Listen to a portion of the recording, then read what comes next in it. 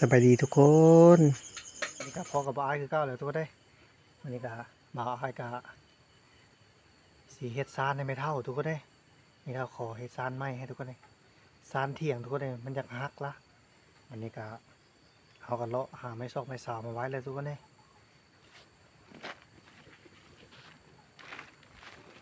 นี่ทุกคนซานเก่าตัวนี้ละซานเก่าละมันอยากฮักเลยทุกคนเลยไม้กระดอกแล้ว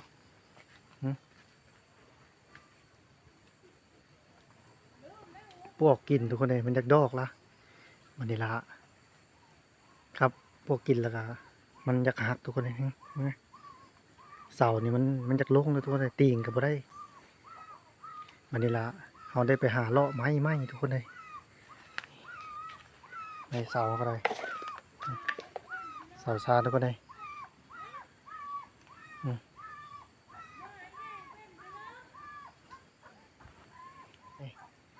ไม้กระเต้มาก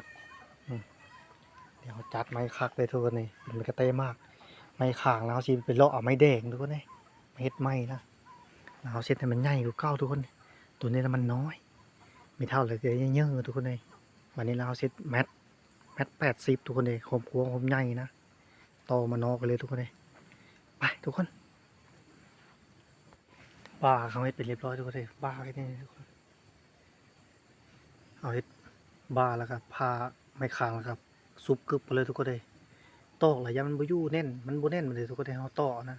เอาให้เป็นบ้างามนี่ทุกคนเลยมันสิแน่นกว่าเอาให้ซานนะนี่ทุกคนนี่จักปาดเอาทุกคนเลยอันนี้ก็ไม่เสาไม่เพียงพอเลยทุกคนเลยยังแต่ไม่ข้างทุกคนมันเราสิไปเลาะหาไม่แดงทุกคนเลยหาไม่แดงเฮ็ดข้างมันน้อยทุกคนเลยน้อยแล้วก็มันอยากลงนี่ล่ะกระเทินเฮ็ดไม้กับไม่เท่าโคให้มันได้1.80 ทุกคนเลยโค้งโค้งมันนั่นแล้วก็คุ้มยาวก็1.80 ทุกคนเลยนี่ไปทุกคนหาจัดไม้ทุกคนเลยเขาก็สิไปเลาะหาไม่แดงมานี่ไปเรื่อยไม่แดงอยู่พุ่นเลยทุกคนเลยอยู่ภาคหนองกับภาคผู้ไม่แดงทุกคนเลยไปทุกคนไปเลาะหาไม้กันทุกคนเลยต่อหาไม่แดงภาคคุณไปหาครับไปหาในพานมันก่อนว่าคนมีผมไม่แดงทุกคนเลยไปขอไม่แดงนะเพื่อนก่อน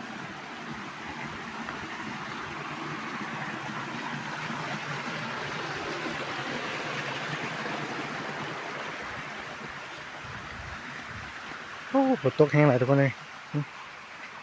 น้ำนองก็จะท่วมทุกคนเลย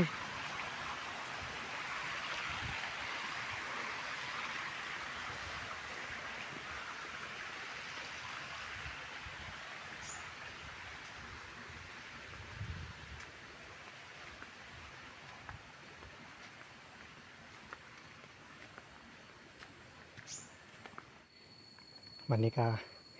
ขุดเสาทุกคนเลยไม้เขาไปเลาะเบื้องแล้วทุกคนเลยมีแล้วไม้นะวันนี้เราขุดเสาแล้วเขาตั้งเสาแล้วค่อยไปเรื่อยไม้ขังมาใส่ทุกคนเลยนี่เอาสิเทกเอาสิตัดอันนั้นสักคนเลย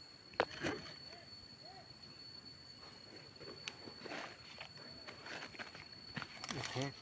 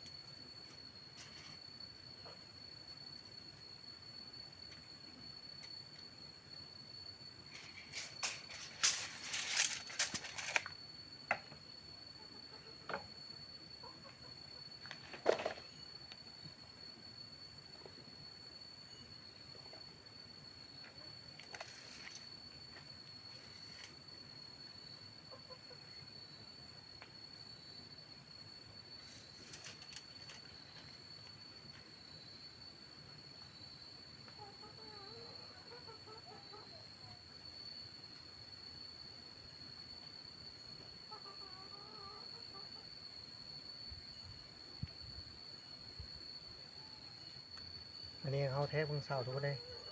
เราจะแค่มันสูงทุเรศเขาแทกเสาทุกคนนี่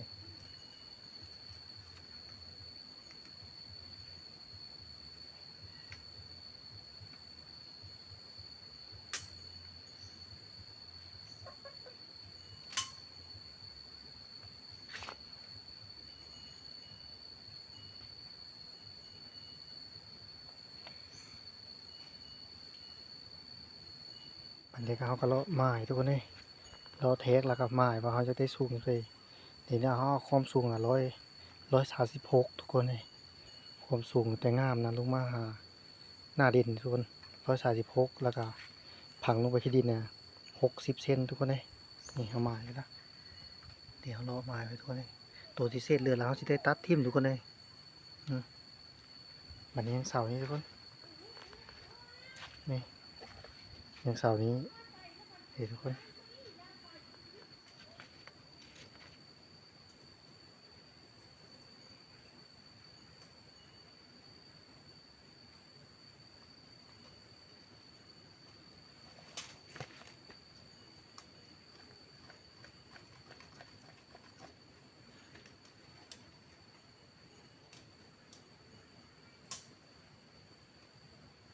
ไม้เรียบร้อยแล้วก็ตัดตัวเลยตัดแล้วเขาก็คุดทุกคนเลยนี่เขาเลี้ยงไว้เขาเสียต่อมาดูเลยทุกคนต่อมาปีเลยตัวเก้าเนี่ยเขาสิมางที่จุดเบิดทุกคนเลยลงเสาไม้จุดเบิดแล้วก็จะได้คุดอยู่นอกวิวทุกคนเลยยับออกมาแบบนี้ลงเสาไม้เบิดทุกคนเลยไปทุกคนลุยเลย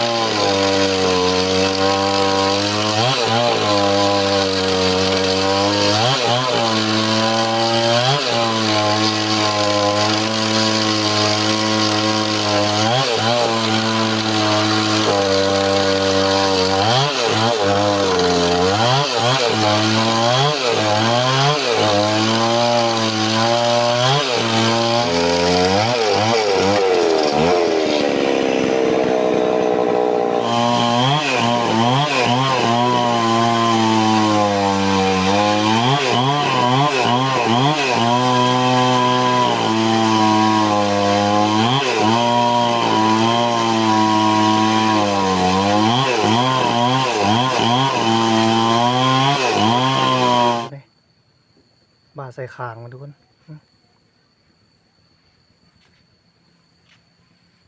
อันนี้ก็คุดทุกคนเลยนี่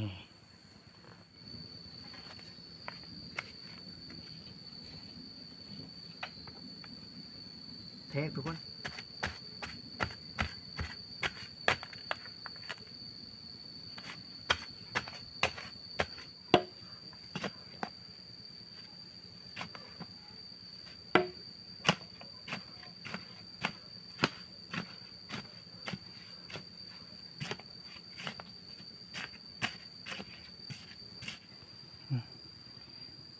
ไม่เป็นตื่นๆทุกคนเลยเขาคุดเลิกเอา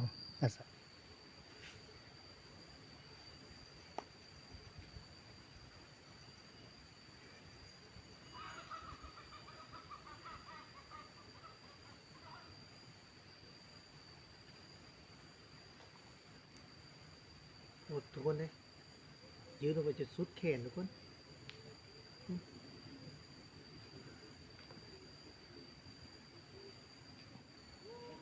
แทงทุกคน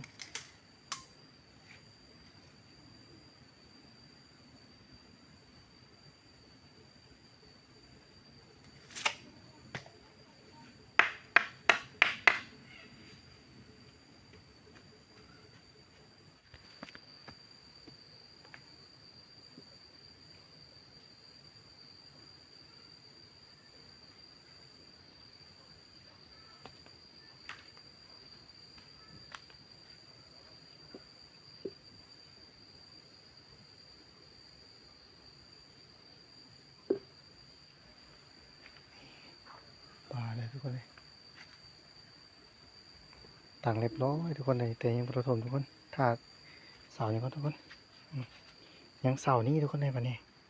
เสานี้เราสิตั้งยากนึงทุกคนเลยมันยาวเสาที่สองต่อเลยทุกคนเลยจะสีได้บ่ได้ทุกคนเลยลงไปนี่ละ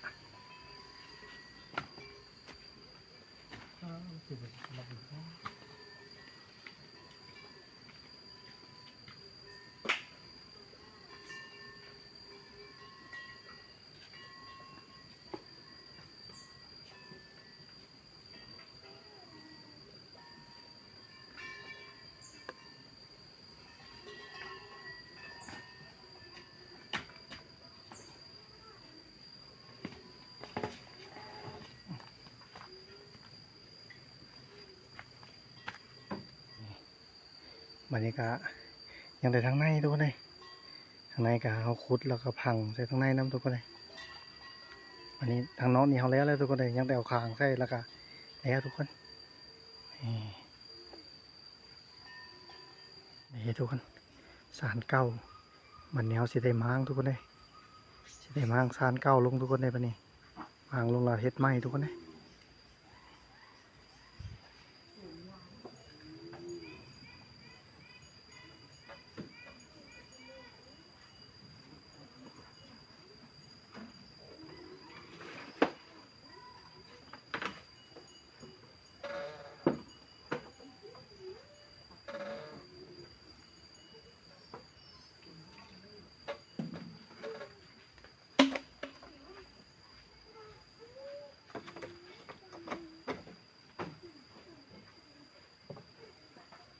อย่าโย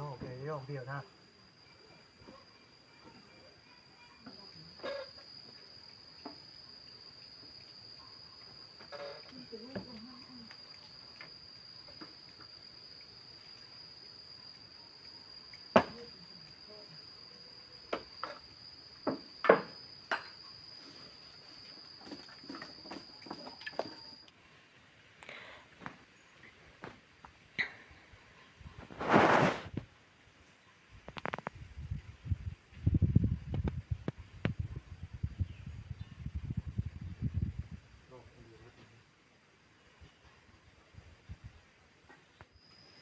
กำลังปูแป้นทุกคน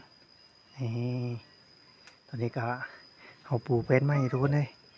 ปูเฮ็ดแป้นซานไม้ทุกคนเลยซานเก่าเอามางเลยเลยทุกคน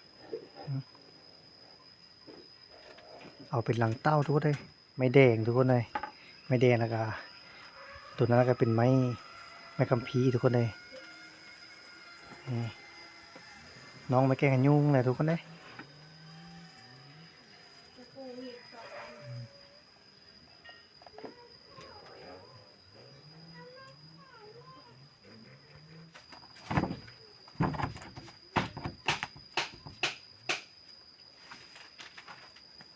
ดีนะได้ดีจังเลย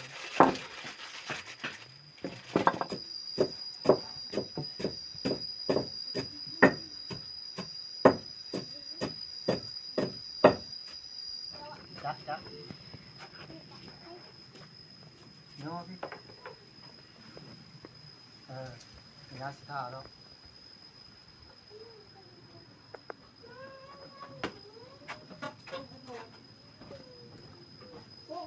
เอาทั้งพวกมันเลย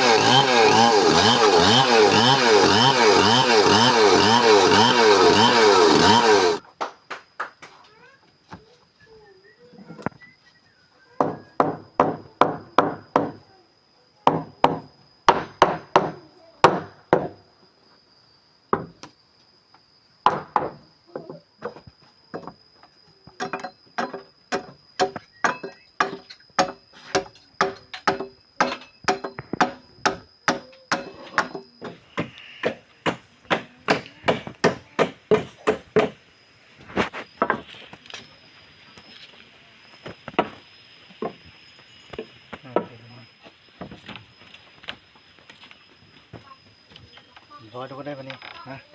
นี่เอามาจำนะทุกคนแบบนี้เพราะว่ายาเป็นโต๊ะทุกคนเนี่ยมันเป็นทรงมากเลยนะเอา เด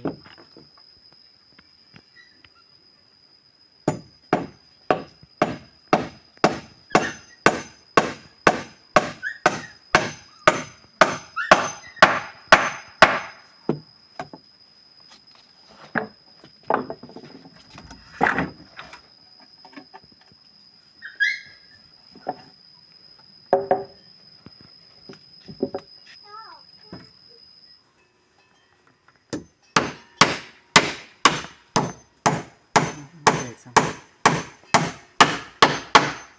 ไม่แดงเจอไม่แดง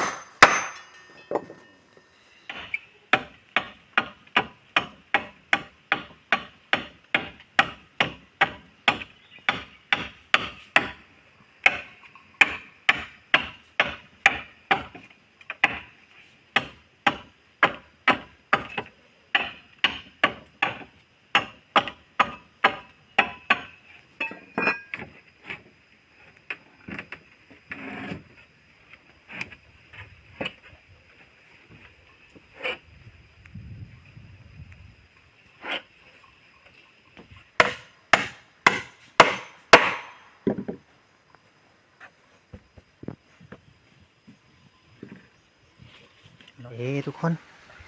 แล้วทุกคนเลยซานใหม่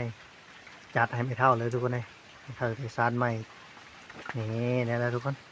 พอดีเฮ็ดแล้วก็ฝนตกทุกคนเลยพอดีตกน้ำฝนเลยทุกคนซานใหม่เอาก็ได้ทุกคนพอดีเฮ็ดแล้วทุกคนเลยพอดีเฮ็ดแล้วก็เอากระทอกกระทั่งมาไว้แล้วก็พอดีฝนตกทุกคนเลยพอดีล้างซานเลยทุกคนเลยซ้ำล้างซานใหม่ทุกคนนี่นะแล้วไปนทีเรียบร้อยทุกคนเอ้ยเป็นไง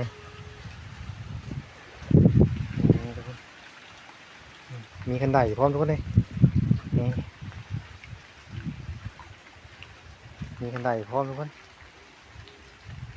แล้วไปนทีเรียบร้อยทุกคนมาเลย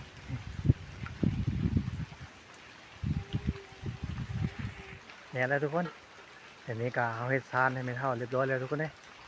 แล้ววางค่ำทุกคนเลยพอแต่เลี้ยกับฝนห้ำทุกคนเลยสำล้างซานไหมทุกคนนี่เห็นปะทุกคนข้างหลังเลยข้างหลังบ่อไอ้เลยทุกคนนี่ซานไหมทุกคนเลยซานเก่าของไม่เท่ามันน้อยแล้วก็มันอยากโตกแล้วทุกคนไม่เท่าเลยให้เฮ็ดซานไหมให้ทุกคนจัดไหมมันแล้วทุกคน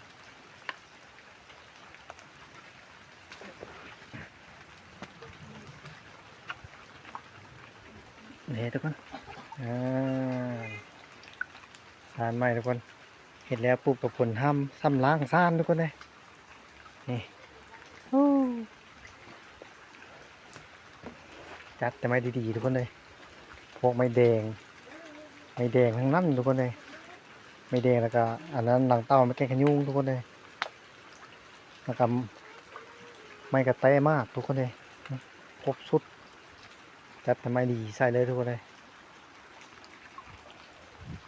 เรียบร้อยทุกคนมาเลยอันนี้ก็ขอพิจารณาเวลาทุกคนเลยกดไลค์กดแชร์เลยทุกคนเพื่อเป็นกำลังใจให้บ่าวอ้ายแน่เดี๋ยวบ่าวอ้ายมื้อหน้าสิลงคลิปใหม่เบิ่งทุกคนเลย